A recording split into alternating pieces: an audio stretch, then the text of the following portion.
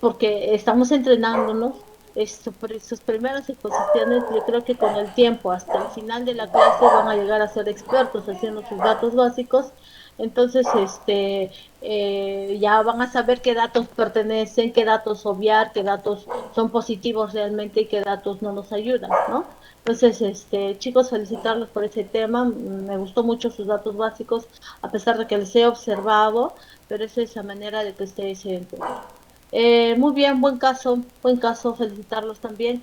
Entonces, pasamos a la siguiente, que es la clase que corresponde. Pasamos, ¿o hay algo que quiera decir ya antes de terminar, chicos? ¿Alguien quiere hablar? Creo que es Gala, ¿no? Gala quiere hablar. Te escuchamos, Gala.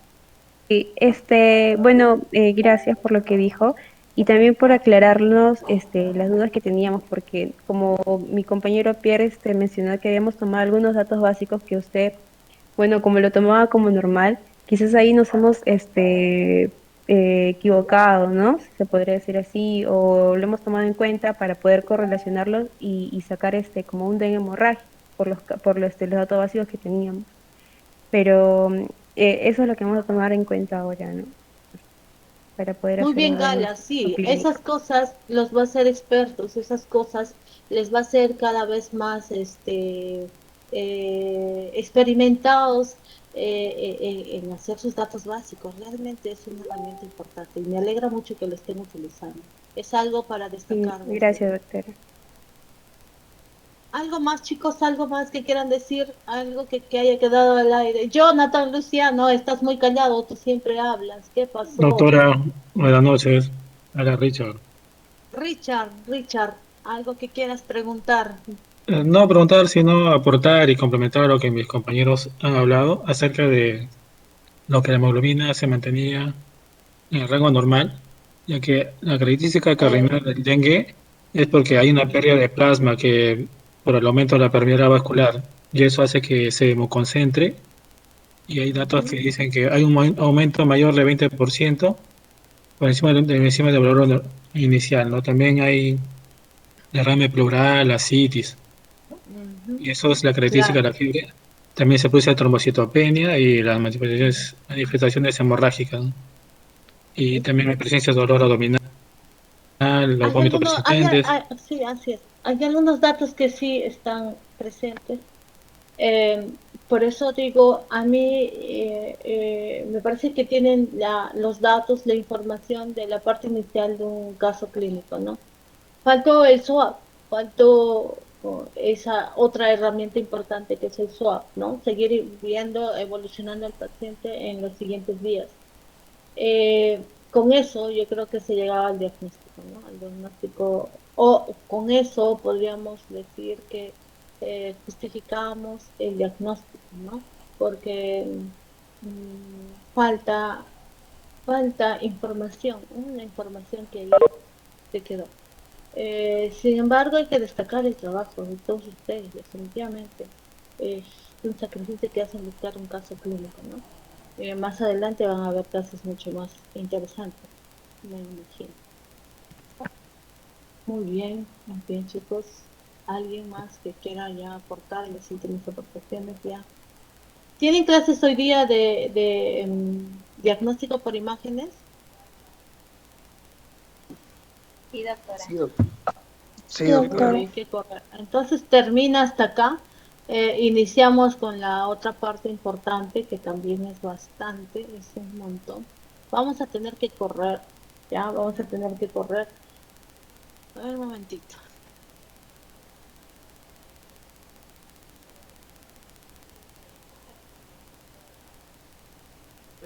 Ahora, disculpe, quería pedirle, no sé, un favor, algo así más o menos. Lo que pasa es que hace rato no sé si escuchó a Silas hablar porque se le escuchaba muy bajo, porque el internet lo tiene muy mal y ahora también se acaba de salir, en un momento regresa.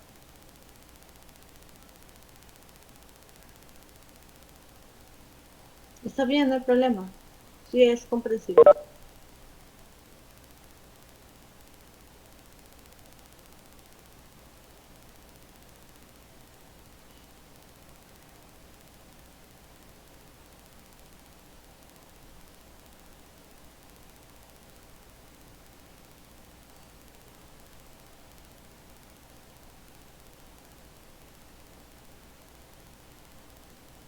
Bien, esta semana nos toca hablar de aparato respiratorio.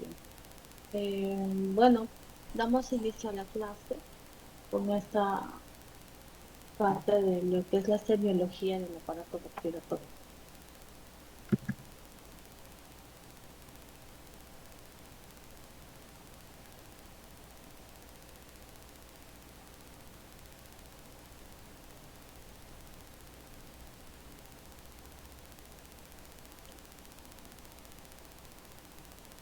Muy bien, ya todos nosotros ya conocemos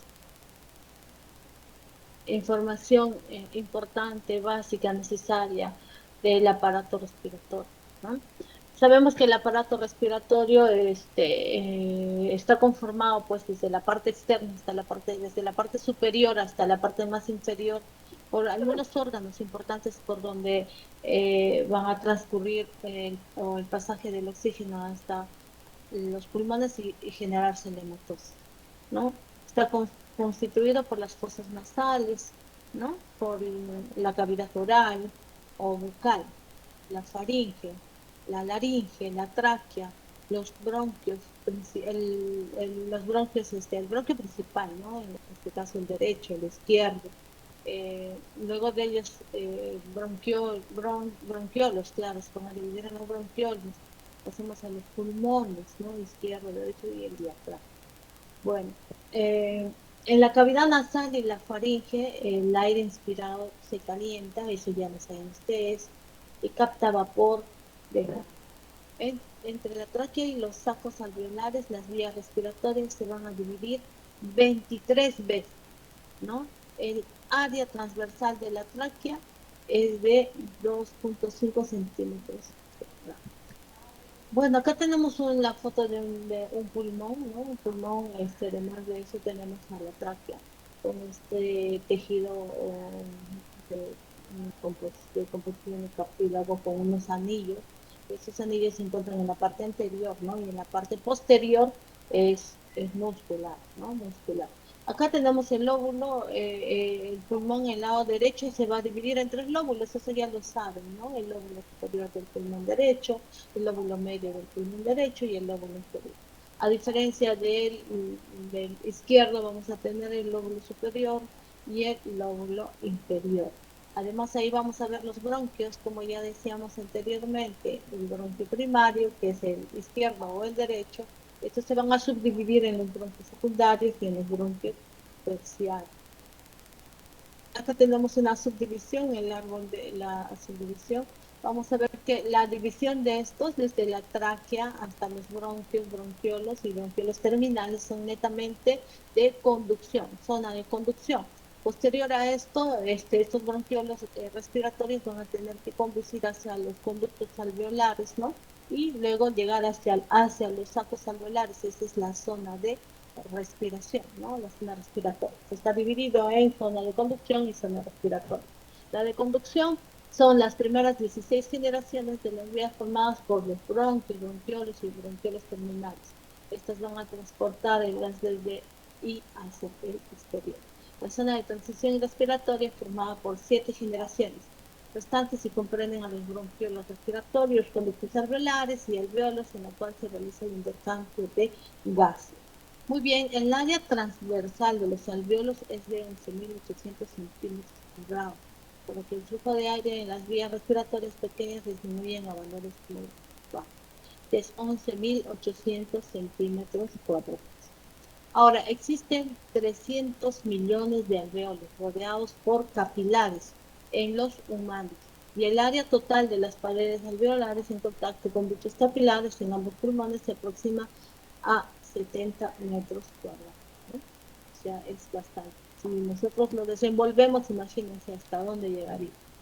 Ya tenemos una imagen que representa los alvéolos que están rodeados de múltiples capilares, ¿no? De múltiples capilares. Acá tenemos igualmente una imagen de la hematosis, ¿no? Vemos que acá tenemos un alveolo pulmonar por donde está rodeado de un capilar sanguíneo, ¿no? De un capilar y dentro del capilar vamos a encontrar pues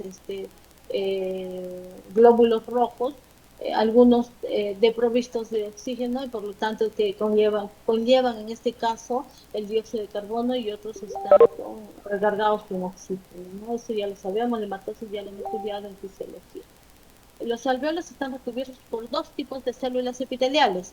Una de las células tipo 1, ¿no? Como vemos acá en una imagen microscópica, histológica, son de las principales células de recubrimiento en todo lo que es el pulmón en general, ¿no? Y las células tipo 2, ¿no? Están recubiertas, estas células son las que secretan el surfactante, ¿no? Como lo vemos. En casi todas las áreas, el aire y la sangre están separados solo por el epitelio alveolar y el endotelio capilar, por lo que están a una distancia de 0,5 micrómetros, ¿no? Acá tenemos igual varias imágenes de sacos alveolares, ¿no? Una imagen histológica, sacos alveolares, ¿no? Múltiples sacos alveolares.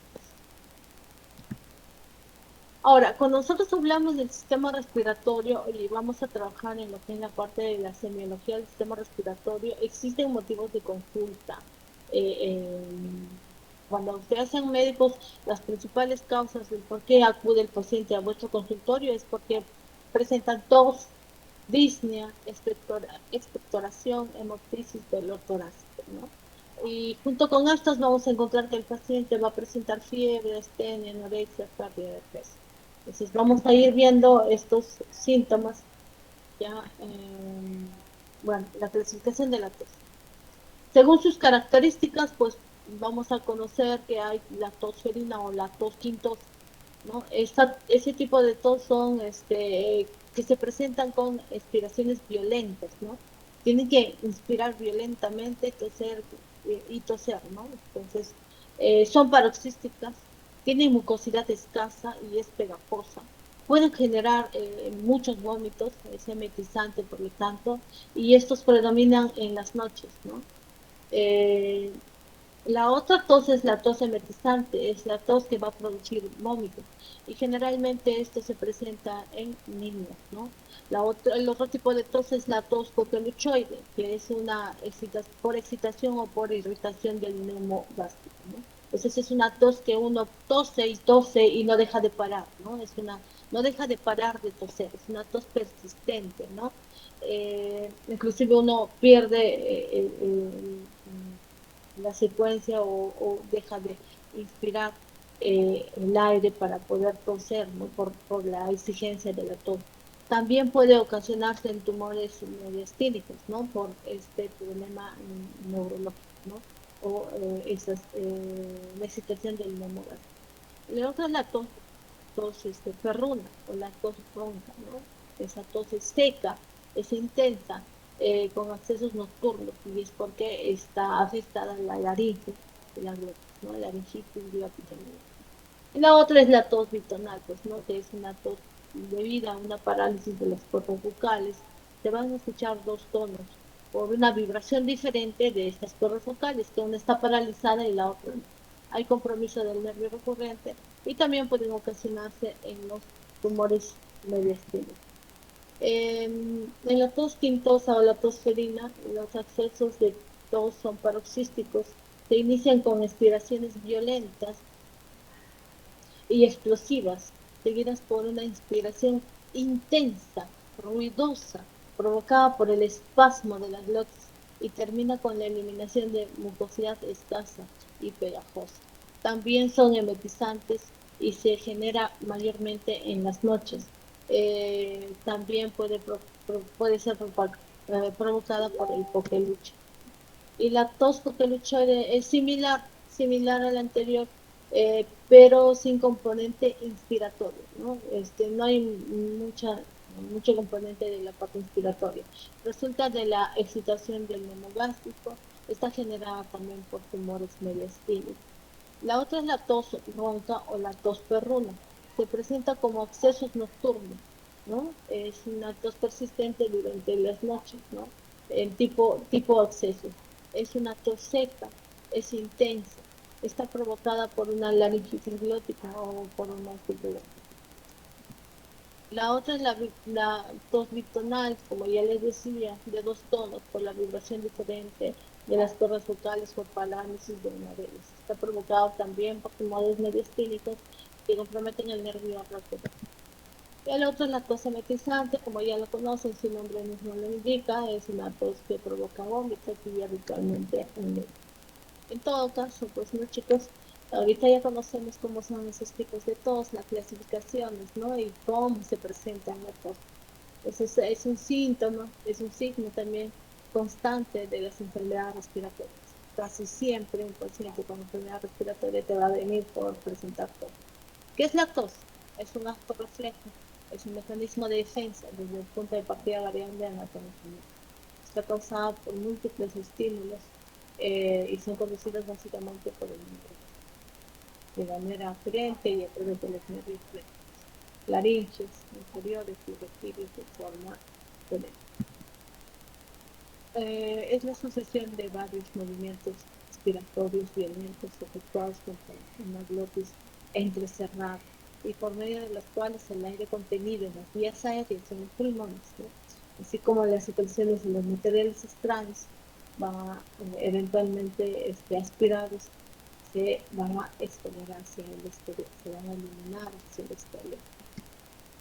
Acá tenemos un flujograma, ¿no? De la tos con una hipersecreción bronquial y la tos con una no hipersecreción bronquial o una tos seca, ¿no? Cuando hablamos de una tos con hipersecreción bronquial, estamos hablando de abundante cantidad de secreción a nivel de los bronquios, que le llamamos la tos húmeda, ¿no? En estos casos va a haber expectoración, es productivo, generalmente es por procesos infecciosos, ¿no? Y a la vez inflamatorio.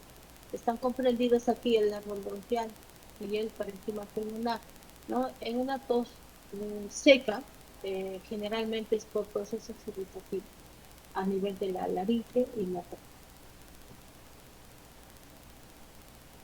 La tos puede presentarse por el tiempo de dos maneras, aguda o crónica, ¿no? Cuando es aguda, esta tos pues, puede producir una congestión pasiva a nivel pulmonar, puede ocasionar disnea, puede ocasionar edema agudo del pulmón, o sea, en sí, ¿no? La tos que se presente de manera aguda, pues es un indicio de un problema generalmente infeccioso que puede conllevar a descompensarse. Y en la crónica es una tos seca, podría ser en casos de tabaquismo, en casos de carcinoma broncogénico, eh, inclusive en casos de una TB también, ¿no? Una enfermedad. Bueno, acá tenemos un cuadrito, ya habíamos hablado de la tos y los tipos de tos. La tos. A ver, acá tenemos la tos seca irritativa.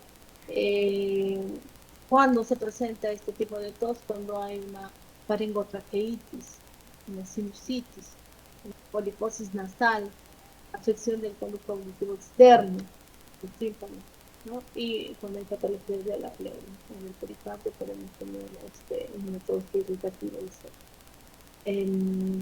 Bueno, también puede haber de manera de acuerdo a su presentación matinal y con goteo postnasal en casos de bronquitis crónica también se puede presentar esto, ¿no? Hay pacientes que están con su bronquitis crónica, sobre todo pacientes adultos mayores, entonces ellos tosen en las mañanas.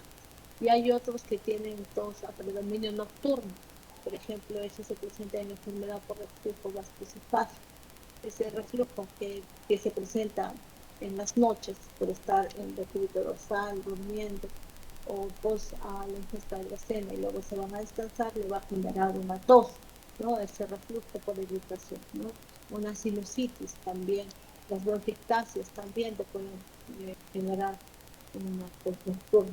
Lo otro es la fiebre, con fiebre y sudoración nocturna, vamos a pensar inmediatamente que se podría ser un proceso de una TB, con tos con fiebre, sudoración nocturna, TBC o tos con anosmia y rinorrea, una rinitis alérgica. Ahora ya se habla también de la tos y la anosmia, que podría ser una COVID, ¿no? disfonía, si es que hay disfonía y esto se repite, entonces hay que buscar un problema tipo de carcinoma broncogénico. Dos, con puntadas en el costado, un dolor tipo puntadas o lancinante en la zona costal, es la pleuresía, la neumonía, ¿no?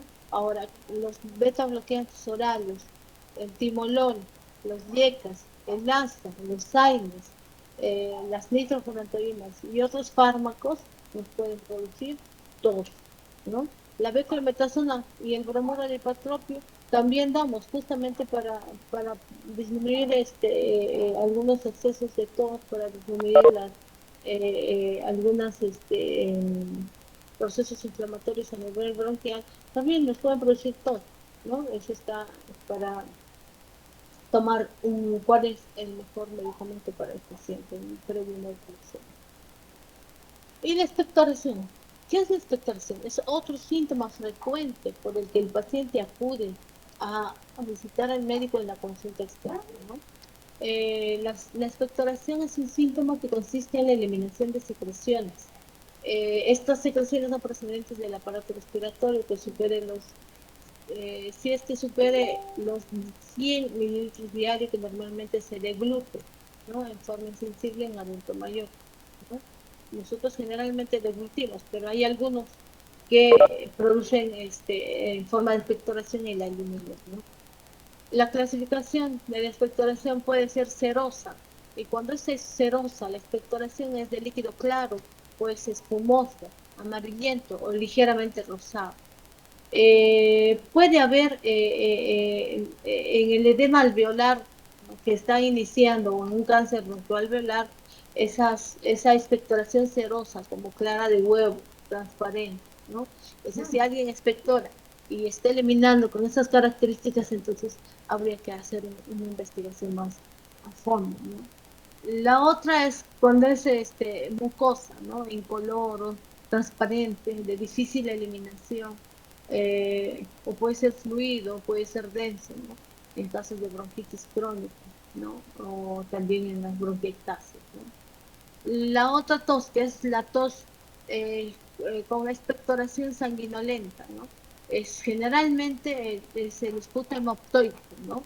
Eso lo conocemos como un esputo rumbroso, por ejemplo, en caso de neumonía neumocócica, ¿no? Y el otro que tengan estrías de sangre en caso de de pulmón. Y si vemos que hay una expectoración con un coágulo de sangre o cierta cantidad de sangre, entonces estaríamos pensando en una TEL. Y la tos mucopurulenta, ¿no? Cuando una persona está eliminando una tos purulenta, amarilla, denso o verdoso, opaco, ¿no? Está eliminando elementos de flujo, ¿no? A esto le llamamos pues, una expectoración pulmonar. Puede ser una TBC, puede ser supuraciones pulmonares, ¿no? Por absceso pulmonar, por decir, podemos bronquiectasias también, en las neoplasias malignas de pulmón que se infectan, ¿no? Pueden eliminarse estas expectoraciones purulentas, ¿no? Le llamamos, también es exiguo cuando estaríamos ante un caso de neumonía o bronquitis aguda, ¿no? Copiosa, ¿no? Copiosa, una bronquitis crónica, una TBC, una bronquiectasis. Y esta expectoración con olor fétido es en abscesos de pulmón o en casos de infección por anaerobico. Entonces también acá la expectoración nos va a dar información, ¿no? Cuando nosotros preguntamos al paciente cómo es la expectoración que elimina, ¿no? ¿Qué color es? ¿Es denso? ¿Es fluido? ¿No? ¿Huele mal? ¿No? O no huele. Entonces el paciente nos va a dar bastante información. Eh, Le llamamos vómica a la expectoración que supera los 300 mililitros de pus o líquido de cualquier otra naturaleza a través de la expectoración.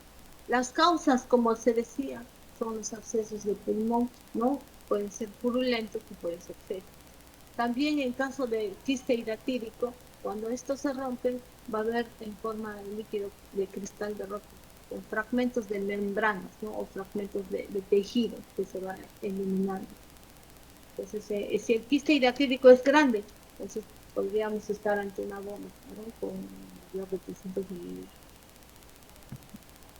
Y la hemoptisis es la eliminación por la boca, es la eliminación por la boca de rastros de sangre procedentes de las vías respiratorias inferiores, ¿no? Eh, Eso es la eliminación, la hemoptisis, ¿no? Eliminación por la boca sangre frente a la vía respiratoria. Puede ser que por ahí hay algunos cosquilleos, ¿no? Entonces, eso se puede presentar en una faringoleronquitis o a nivel de la zona laringotraqueal, ¿no? Con burbujeos calientes, retroexternales, el paciente se queja, ¿no? El paciente pues, indica, ¿no? Nosotros tenemos que traducir su sintomatología. Dos, con expulsión de sangre roja, rutilante y espumosa, ¿no? Es una hemoptisis. Sin restos alimentarios. Definitivamente tiene que ser sin restos de alimentos. Porque tenemos que descartar o tenemos que reconocer si esto viene del aparato respiratorio o si esto viene del sistema digestivo. La hemoptisis también hay una clasificación, ¿no? Una clasificación de acuerdo a la cantidad mínima o leve cuando hay una hemoptisis hasta 250 mililitros. Moderada cuando hay una pérdida de esta de 250 a 500 mililitros. Grave cuando hay una pérdida de 500 a 600 mililitros. Todos estos en 24 horas, ¿no? Y fulminante o masiva cuando es mayor de 600 mililitros. Ahí estaríamos hablando de que hay un vasito comprometido que está permitiéndonos la eliminación de gran cantidad de sangre a través de la expectoración. ¿Cuáles son las causas para que un paciente presente hemoptisis? Las principales causas, la gran mayoría es por TB, ¿no? Por TB o por aspergiloma, ¿no? En 40 al 60%. En las bronquitis crónicas hay un 30% que puede llegar hasta un 50%. En cáncer de pulmón igualmente, ¿no? 30% a 50%. Las bronquiectasias en un 50%.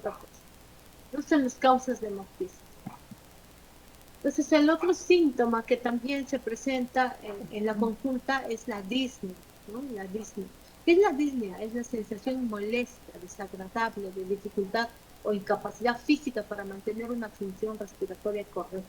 Buscamos la manera de cómo ventilar, pues el paciente no tiene una función respiratoria normal, ¿no?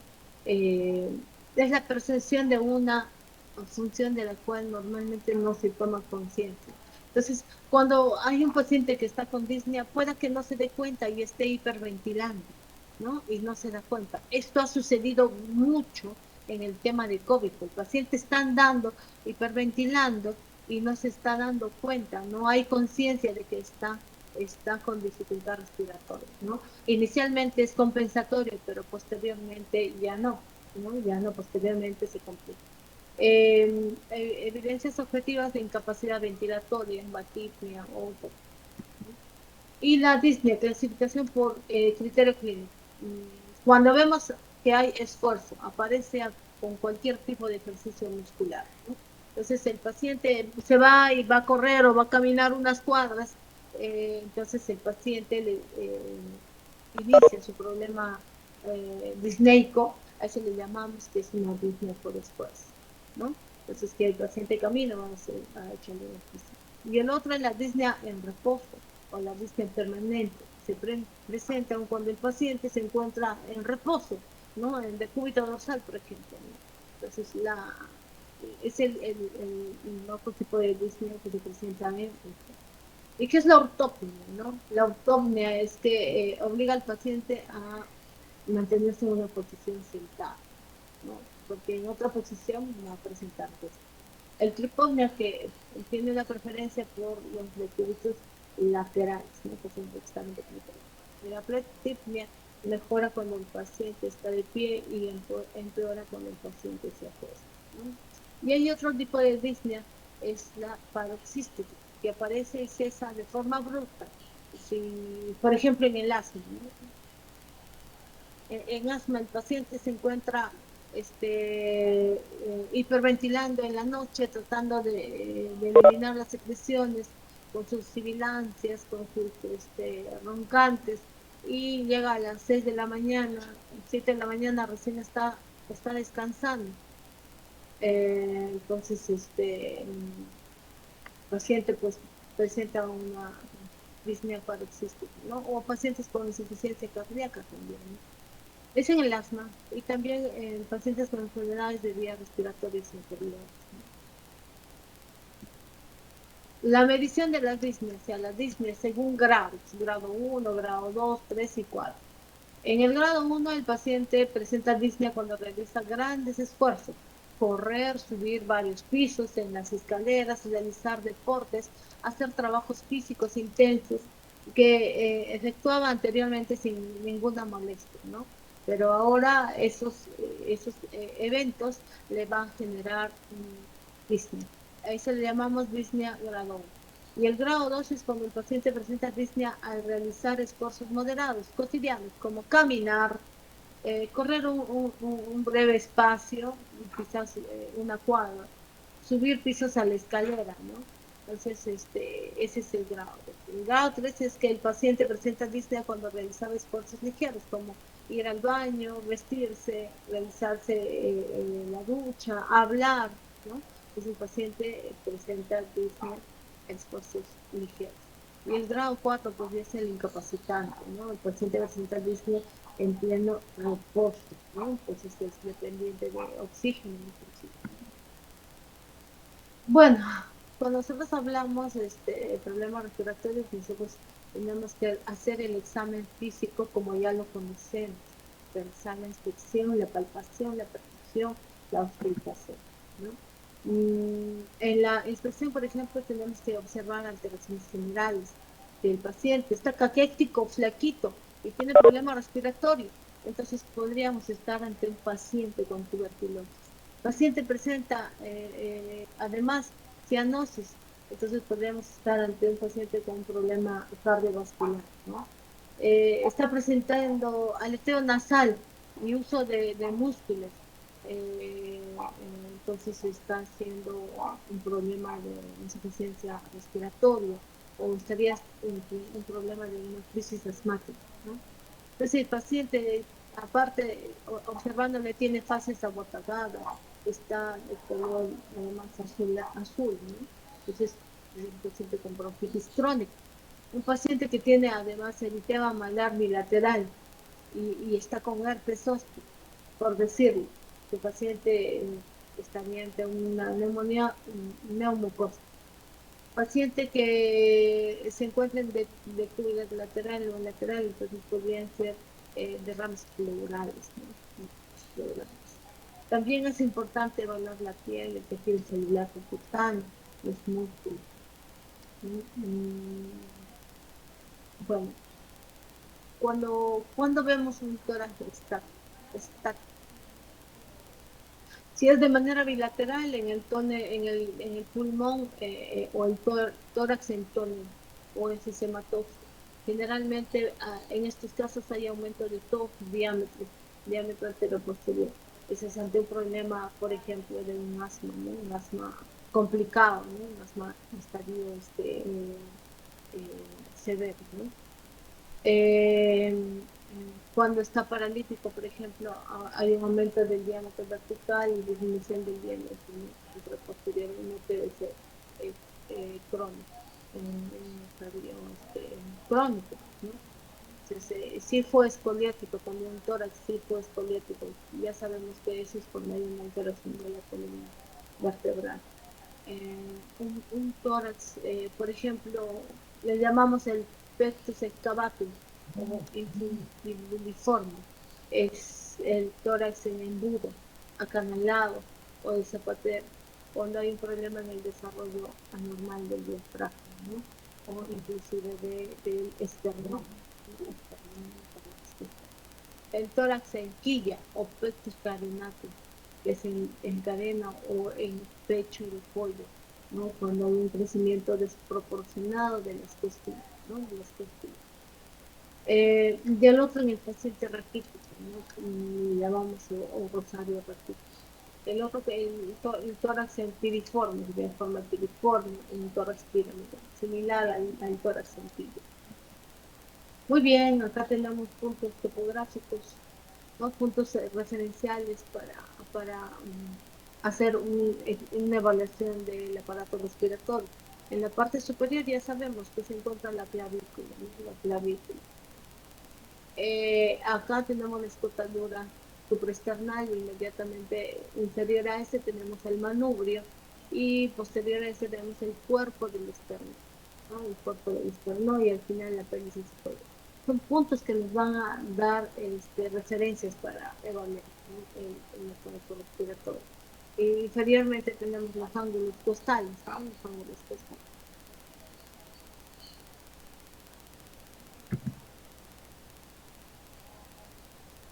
Cuando nosotros queremos delimitar ciertas áreas del aparato respiratorio, ya habíamos hablado, acá tenemos las ciertas zonas anatómicas o puntos anatómicos referenciales, ¿no? Tenemos acá la línea medio clavicular, ¿no? Desde la mitad de la clavícula hasta la parte superior. Se dice que esta debe pasar media clavicular anterior, ¿no? Muchas veces se ha indicado que debe pasar por el medio del manito, pero no siempre es coincidente, va a depender de la contextura del paciente, ¿no? El otro, la otra podría ser la axilar, ¿no? Axilar anterior, línea axilar anterior, ¿no? O línea axilar, que es la medial, o línea axilar posterior, ¿no? Que son puntos diferenciales. Acá tenemos el uno, ¿no? Acá tenemos la línea axilar anterior. Esto no está muy exacto. Lo tenemos acá en el lado derecho. Línea axilar anterior. Línea medio clavicular. No me voy a meter la clavícula. Línea medio esternal. Medio esternal. Acá tenemos la línea de la tercera costilla, ¿no? Tercera costal. Y la línea de la sexta costal. Acá tenemos puntos diferenciales.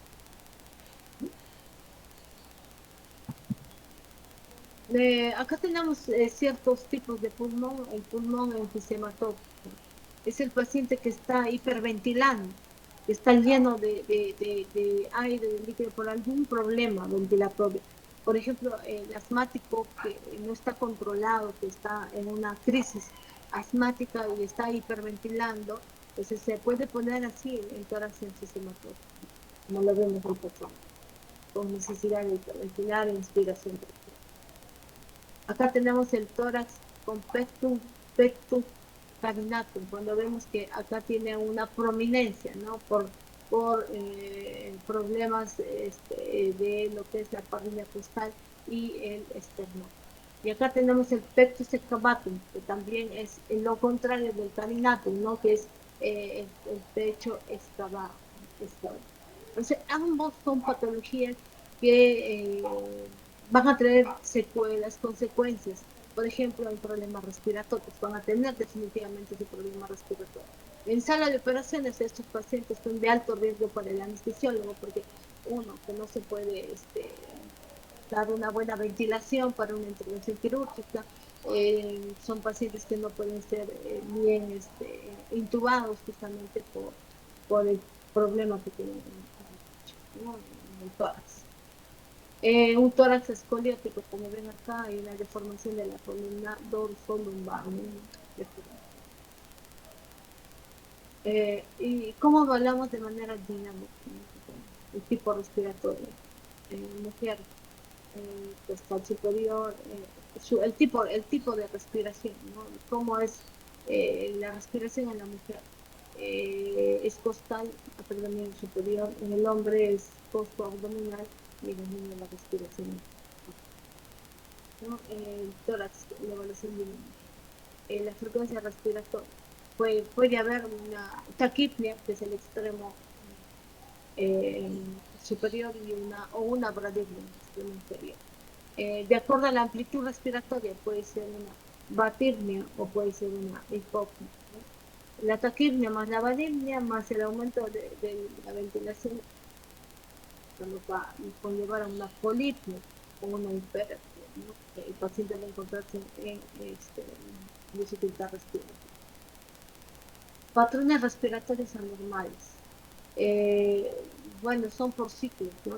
Acá vemos, por ejemplo, la respiración de Cheyenne, puede aparecer sin problemas pacientes con insuficiencia cardíaca, en meningoencefalitis, en una enfermedad cerebrovascular, en traumatismo cerebrovascular, o pacientes que tienen problemas en el sistema nervioso central, ¿no?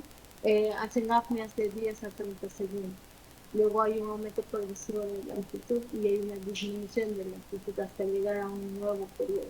Como vemos, ¿no? Inicia el incremento de las respiraciones y luego disminuye, ¿no? Disminuye lentamente y vamos a llegar a que hay una disminución hasta hacer un periodo de apnea, ¿no? Una apnea por lo menos que dure 10 a 30 segundos y luego nuevamente va a recuperarse.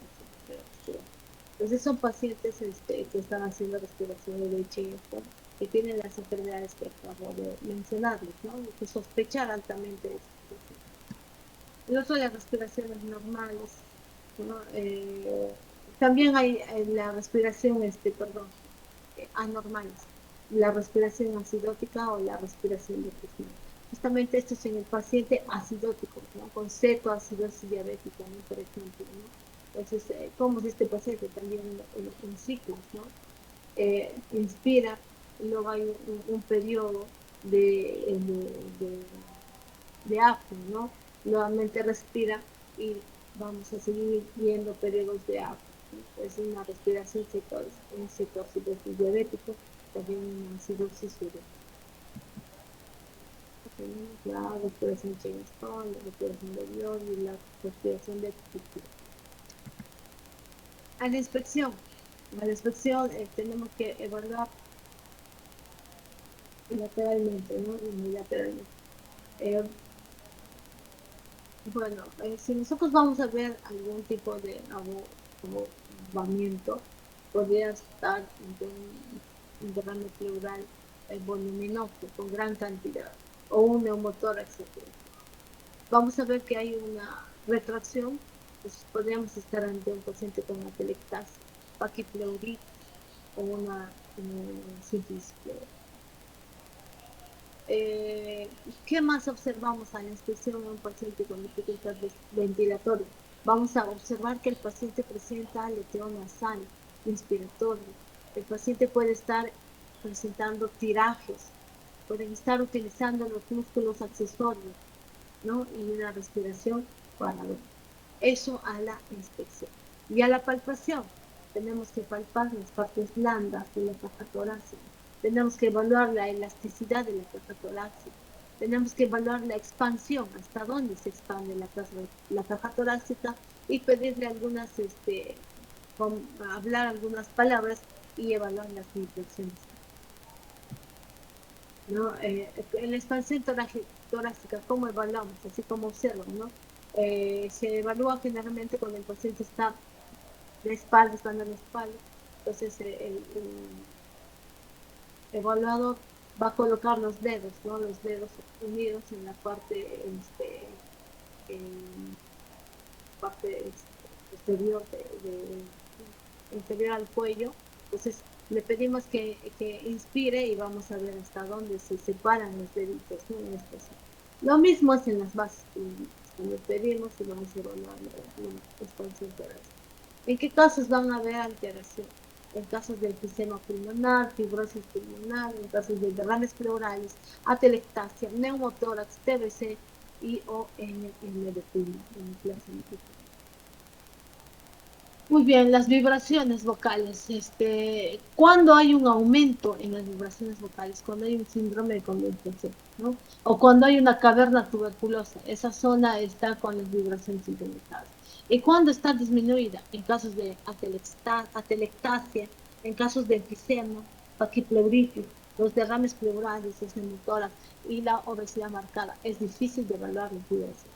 Entonces tenemos que evaluar las vibraciones como se evalúa en esta zona, ¿no? Evaluar secuencialmente, primero de acuerdo a la numeración que vemos, ¿no? Y a ambos lados.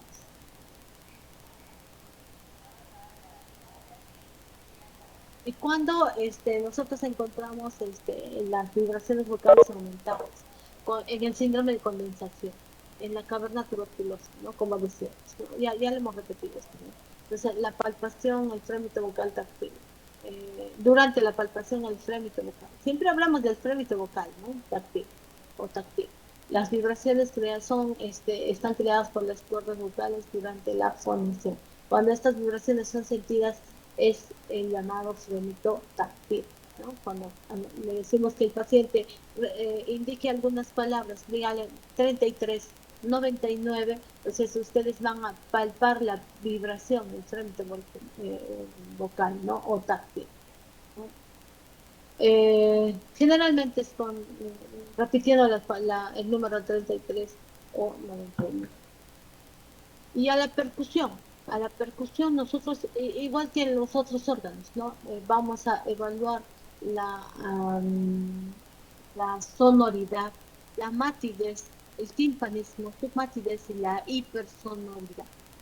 La sonoridad pues es cuando se escucha un sonido fuerte, de intensidad, bajo tono y de prolongación, de duración prolongada. Entonces, generalmente esto está en la zona infraclavicular, ¿no? Sonoridad.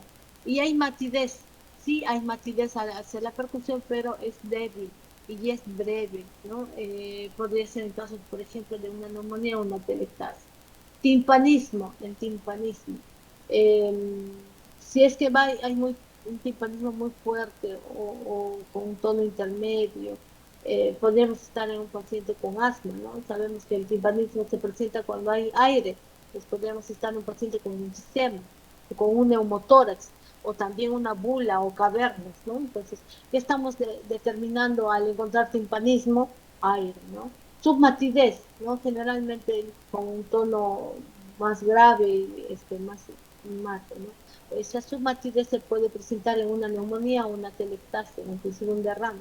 Ya habíamos hablado, la matidez es generalmente cuando estamos tocando un órgano sólido, pero acá tenemos una submatidez en caso de derrame, ¿no? Por la presencia del líquido. O una neumonía también por esa zona condensada, ¿no? Hipersonoridad, eh, bueno, sí, el pulmón es sonoro, ¿no? Al hacer la percusión, el pulmón siempre va a ser sonoro, pero cuando hay una hipersonoridad, podríamos estar ante un paciente con asma, con neumotórax, con enfisema. Acá estamos observando a la percusión, ¿no? El dedo percutor y el dedo lesímetro, ¿no? El dedo que va a recibir la percusión. Entonces acá, como vemos, ¿no? Se percute en el dedo medio, ¿no? Con el dedo medio también. Entonces estamos viendo el dedo percutor y el dedo lesímetro.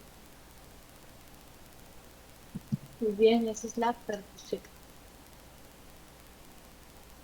¿Y cuáles son los hallazgos anormales en la percusión? ¿No? Las alteraciones cuantitativas del murmullo vesicular. Aumento. Por ejemplo, podría ser en pacientes que están en ejercicio, en caso de respiraciones de Kussmaul, en caso de una hiperventilación respiratoria. Están disminuidos o están abolidos, ¿no? Podría ser una enfisema, una telectasia, derrames, ¿no? Otros hallazgos en reemplazo del murmullo vesicular. El murmullo vesicular puede ser reemplazado por un soplo tubario. Entonces, esto en caso de condensación pulmonar. Por un soplo pleural, en caso de derrame pleural. Por un soplo cavernoso o cavital, caso de cavidad grande cerca de la pleura. En el caso de soplo anfórico, es cuando el paciente con un auscultación de los ruidos agregados. Podríamos encontrar estertores secos o continuos, ¿no? Estos podrían ser sibilantes, y si son sibilantes, pueden ser en casos de crisis asmáticas o cuando hay un cuerpo extraño que se ingresó, ¿no? Entonces, a eso le llamamos las sibilancias polifónicas, es que les vamos a encontrar esas sibilancias en ambos pulmones, en ambos campos pulmonares. Pero si vamos a encontrar monofónicas, es un polifónico podría estar en un solo pulmón, por la presencia de un cuerpo extraño hacia un lado. Y los estertores que presentan ronco puede ser pues un problema de laringe o de tráquea, ¿no? En casos de obstrucción laringe, con una presentación de estridor, podría ser. Eh,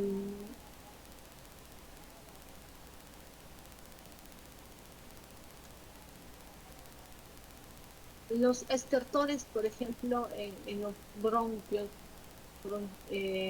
podría ser una bronquitis o las bronquiectasias, ¿no? Estos son estertores húmedos, mucosos o de burbuja por las bronquiectasias. Estas se encuentran en ambas fases y estas se van a modificar con la tos. El otro es los subcrepitantes, que son de burbuja más pequeñita, más fina, ¿no? Los estertores en alveolos pulmonares es indicativo de que es un paciente con neumonía, insuficiencia cardíaca o EPI, ¿no? Porque está afectado básicamente los alveolos. Y estos no se modifican con la tos. Y la auscultación de otro ruido agregado sería la pleuritis aguda, ¿no? Una neoplasia maligna. El llamamos frote pleural. Este se puede presentar en ambas fases y esta no se modifica con la tos, ¿no? La auscultación de la voz, eh, por ejemplo, se puede realizar en un enfisema, en una atelectasia, en un motor o un derrame pleural y la voz va disminuyendo, ¿no? Eh, hay algunas variaciones que llamamos broncofonía, ¿no? Cuando hay un aumento de la resonancia. Y pectoraliquia cuando la voz se escucha claro y fuerte. Egofonía cuando es de carácter tembloroso. Y pectoraliquia cuando hay una pectoraloquia ágil. ¿Cómo es la técnica de auscultación? ¿No? Como ven en este flujo, ¿no?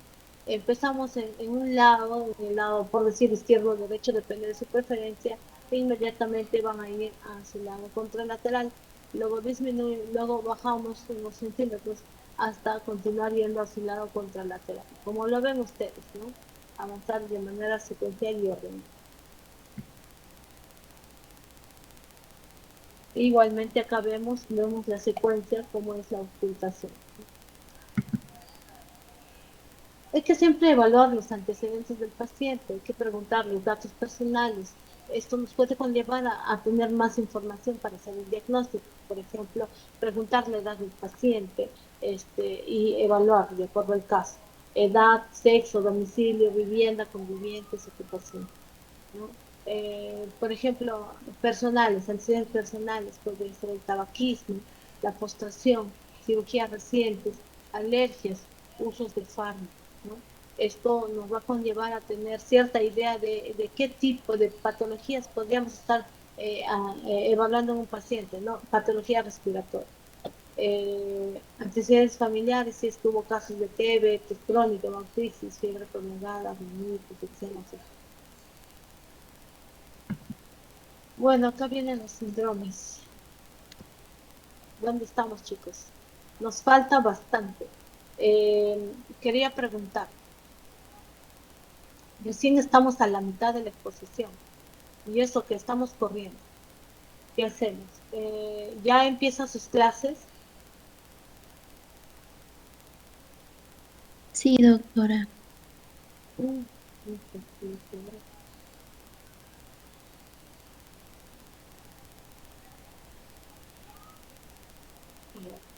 creo que nos vamos a quedar acá y completar pero ustedes van a estar ya separados esta semana, ¿no?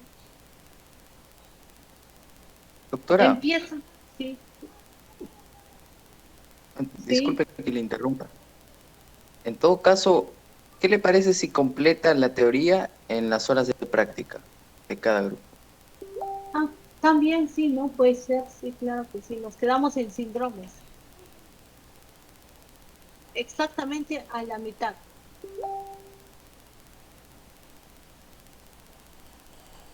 Muy bien, chicos.